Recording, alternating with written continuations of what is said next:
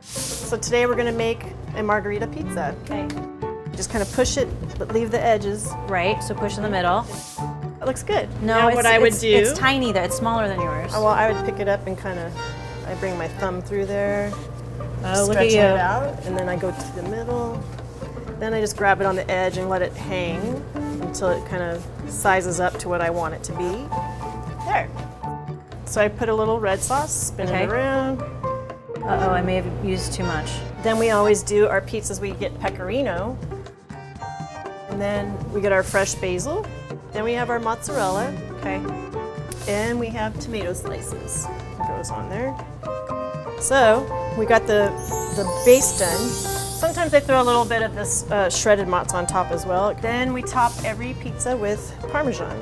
This pizza is not lacking in the love of cheese and deliciousness. So I let them sit for a minute, and then I turn them, and then I'll pull them out.